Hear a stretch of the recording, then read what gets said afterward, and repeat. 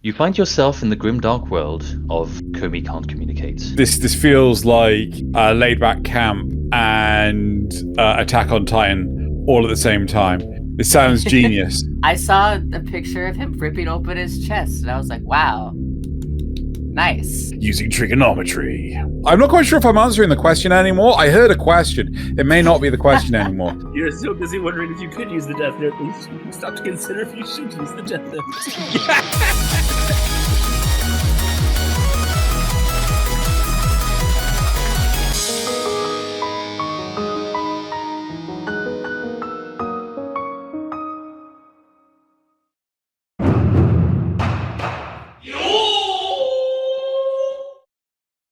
Hello, audience. So, little disclaimer at the start of this episode. We try to do something relatively fun, cheeky, cheerful with the episode involving a button on the pedestal, frame, plinth, whatever, that was in front of my character. Unfortunately, due to all the technical limitations and social responsibilities under the sun, we weren't able to get it sorted out. Literally, it got to the 11th hour. We thought we were sorted. We got some software like Adobe After Effects to auto rotor brush all my footage. That was 28 minutes long. It was going to take 11 hours to process, but that was good. We were fine. We were on the ball, and we could actually have it so that the button was behind my hand or in front of my hand as when needed. The issue is, though, that after processing this footage for 11 hours, it didn't do it. It didn't work. It was awful. I like, oh shit, it done broke. So as a result, there's probably going to be a non-zero amount of jank where either the button is just flat out missing, or my hand is weirdly clipping into the button and things like that. We tried, but we opted to release the episode embracing the jank as opposed to delay the episode for like a week just for this button. So yeah, there you go. That's the expression. So if you wonder what the hell's going on, embrace the jank. In today's episode of Notice Me Senpai, our viewers will discover that this is the most serious and informative show about anime on the entire internet. Our interrogators today are Viper, Dr. CthuLou, and myself, Merastius, as we will have the opportunity to question the extremely knowledgeable Xenogelion, who must use a pseudonym in order to protect his identity, as he has many enemies who are always on the hunt for him, hoping to extract from him the one true secret of anime. Xenogelion, welcome. Yo. Now, of course, as my first question, I must ask, if you consider your favorite anime, what genre would it need to be for you to take the sharpest turn from loving it to hating it? Oh dear God. Oh no. Kill your darlings. Oh my God. Okay, so my favorite anime of all time being The Guyver.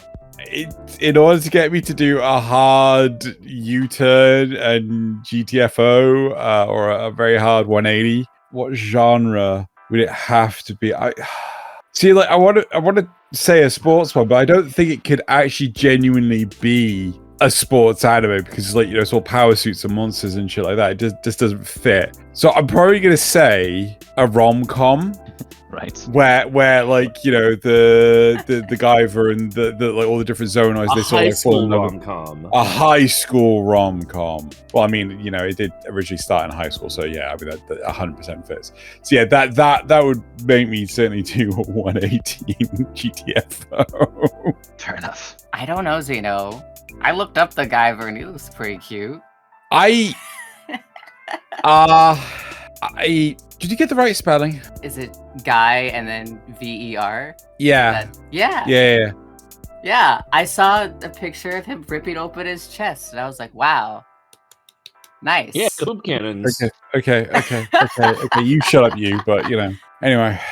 Okay, next question. The next question is mine, Xeno. Everyone loves a relaxing slice of life anime, or at least I do, about camping or silly high school shenanigans. But this time, something terrible happens. Kaiju appear, and this once happy-go-lucky slice of life is now a slice of horror. How can these characters survive in their new world? Oh my god. This feels like a laid-back camp and Attack on Titan all at the same time. This sounds genius. I love this idea.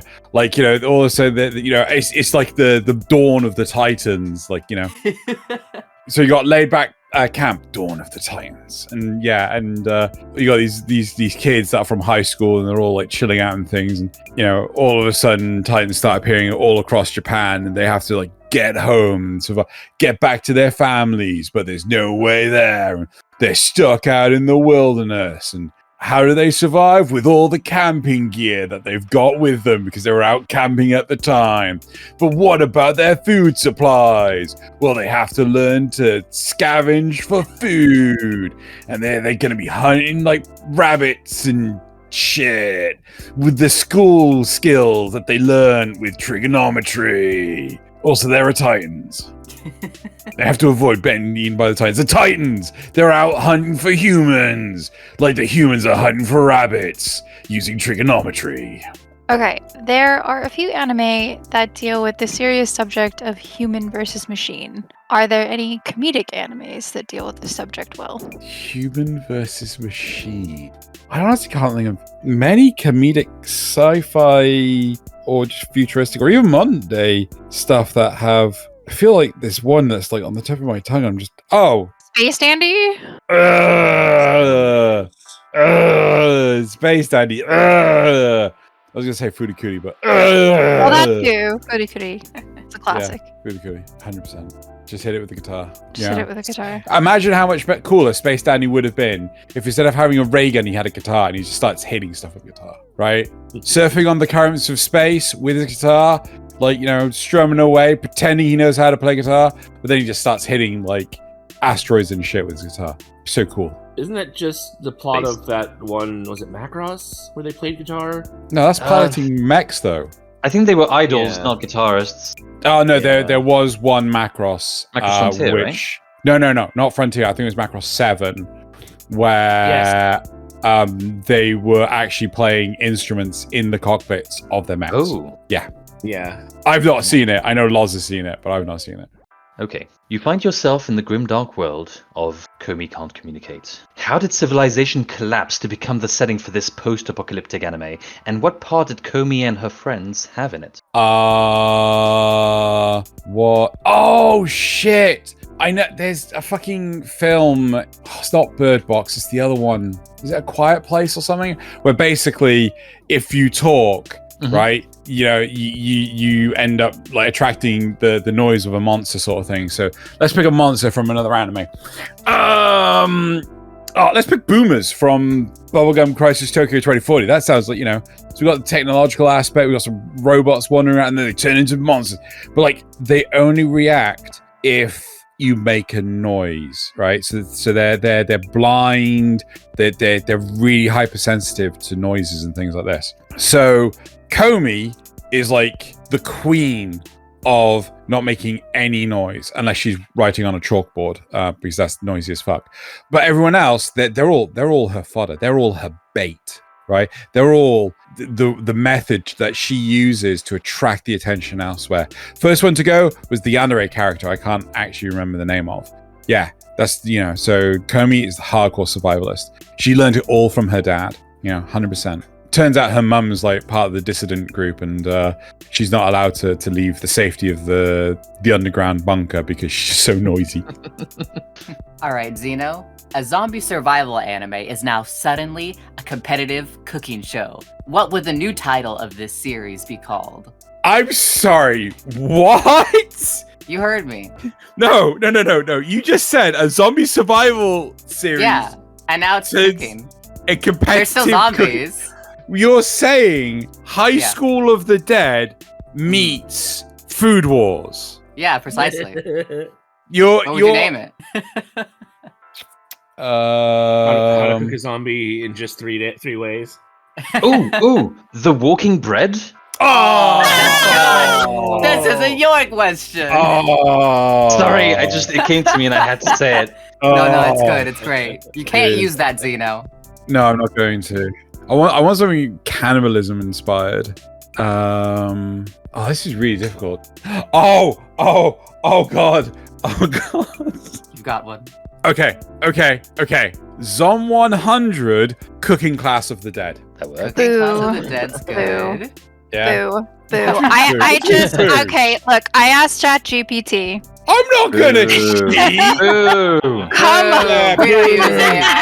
up, come up with 10 TV show titles, including Cooking and Zombies. Use puns. Grill of the Living Dead. Bake Meh. and the Brains. Man. Deadly Delicious. Oh, not bad. Feast of the Flesh. Oh. Yeah. Culinary Corpses. Yeah. Pretty good. Chop Till You Drop. Ooh. Zombie Kitchen Nightmares. No god. Savory Stiffs. Oh, Oh, my god. No, that has different connotations. Cooked to Death. And I think the last one is the best. Bite Size Apocalypse. Oh, Ooh. motherfucker. That's so good. it. That's the one. That's it, yeah. That's the Yeah, winner. that's so good, right. I also tried to make mine anime related, but whatever. And I appreciate you. Yeah, I appreciate me too.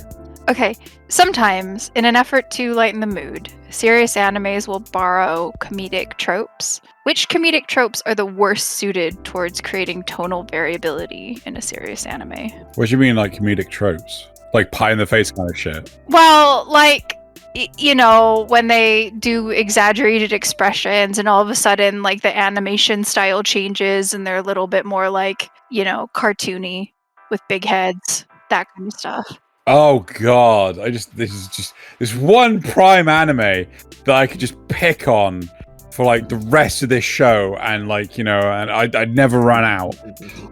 So Deformation is definitely one of them. So like, you know, if you have a serious anime, just randomly shoving in a weird out of place deformation of characters just doesn't fit. All right. And the next one.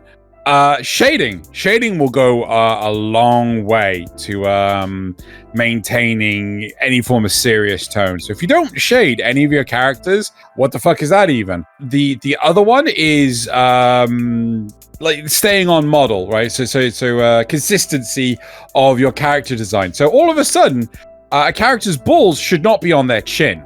Right, it's really important that you maintain consistency with your character models. So yeah, if you so the biggest total whiplash, it's got to be like doing something out of left field that's like got such tonal whiplash that it's just like this just ruins the serious nature of this anime.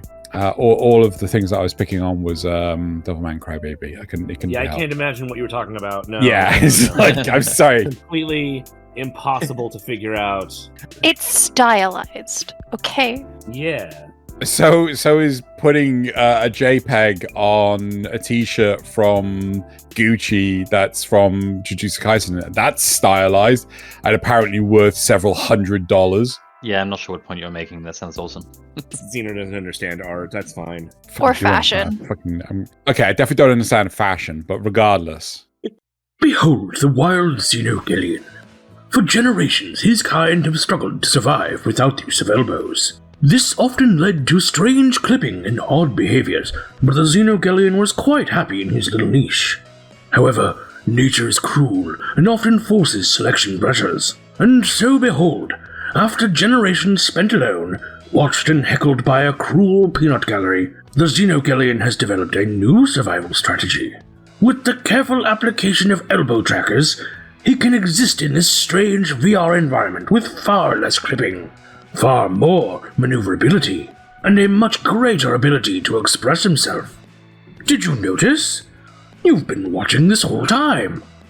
Please, consider helping the Xenogelion evolve even further by joining his Patreon at patreon.com/Xenogelion, where you can help him to hire like-minded fellows to repopulate this beautiful landscape. And you'll also get access to an extended version of this show. You'll get to see interactions like this. Your favorite shonen series has now turned into a BL romance. Which characters do you think have the best potential romantic chemistry? My favorite shonen series. Yes, but make it gay. But JoJo is gay. JoJo.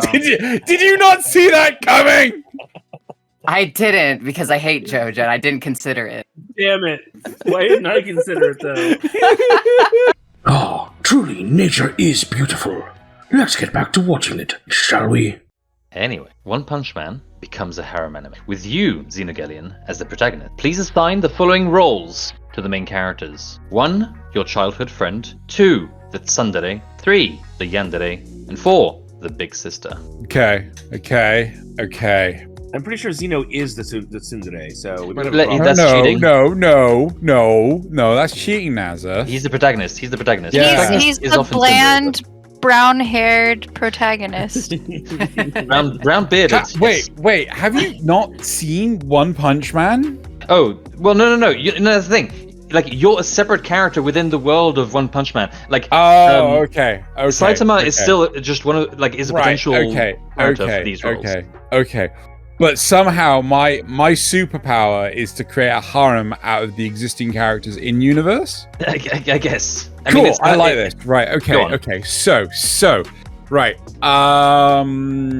So the big sister is Puri prisoner. The childhood friend is it Silver Bang? No, Bang's his real name. Silver something. Shit, I can't remember his name.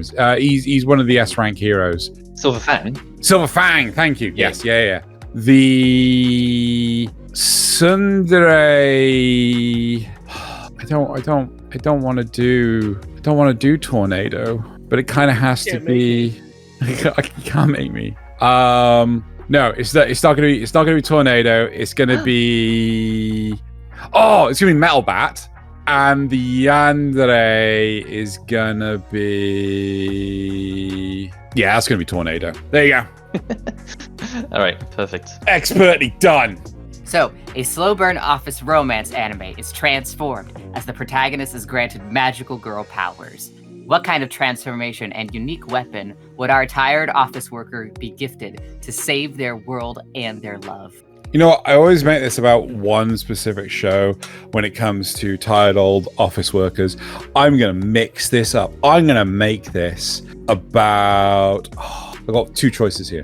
One of them is Senko-san, and the other one is Masterful Cat's Depressed Again Today. I'm thinking Senko-san because the male protagonist is the office worker, and I think it'd be hilarious if he explodes into being the magical girl. I'm not quite sure if I'm answering the question anymore. I heard a question. It may not be the question anymore. But yeah, so he is our magical girl, and what it helps him do is be like the expert programmer at whatever archaic programming language it is that his company develops in. And whenever like any of his cohorts or like, you know, the other team members say like, oh, could we get your support to cover this and things, he turns around and says like, no, I can't, you know, I am gonna stand up for my own mental well-being. I am Mental Health Awareness Week man. And during this week in May, he is like super powerful. And you know, so he's supercharged and everything, and this is all so he can go back home to Senko-san to have a loving relationship and be healthy and do everything that she needs. I'm pretty sure the only one here that's going to watch Senko-san is Merastius. You know me too well. All right. Are there any comedic anime that are just too bonkers to be enjoyable? Okay, too bonkers. Right, I've got one that's pretty damn bonkers, and it's just like, oh, what the fuck even? Right, I'm gonna say it. XL Saga. It's just too much. It's just they fucking cranked it up to 11, and it's just like it had no right to be at 11. They needed to turn it way the fuck back. There you go. XL Saga. You're wrong, but that's a valid answer. I'm guessing you've not seen Bobobo. No, I've not. Everyone Okay. keeps on fucking referencing I don't know how many bows there are, but yeah, they keep referencing it, but I've never actually seen it. All I know is that basically this guy's nose hair is just gross and disgusting. It's OP. okay. It's basically like if Saitama fought with his nose hair. Oh Oh. no! That's incredible. Anyway, in my second question, which is to say my first question, you mentioned that making the Guyver into a romance anime would make you hate it. What anime would actually be improved by turning it into a romance anime? I do have one in mind. I don't think it counts as a romance anime. Wait, would it be exclusively a romance anime? Or Yeah, like that would become like the focus of the anime. Like it would just all be about like the relationship or potential relation, you know. Okay. Yep. This is the only thing that's in my head right now. It's going to be the Eminence in Shadow. Like, if they took out like all the stupid bullshit action and just put in romance, it would be leagues better. Still a hot pile of garbage, but it would be leagues better. Fair enough. That is an easy way to answer that particular question, I guess. Nice. Eminence in Shadow is the only thing I can fucking think of. Is like, I mean, the problem is that there's other hot piles of garbage, but they're already romance anime, and it's just like, oh dear god. That's fair. Okay, Xeno. Gundam has decided to go in a totally new direction.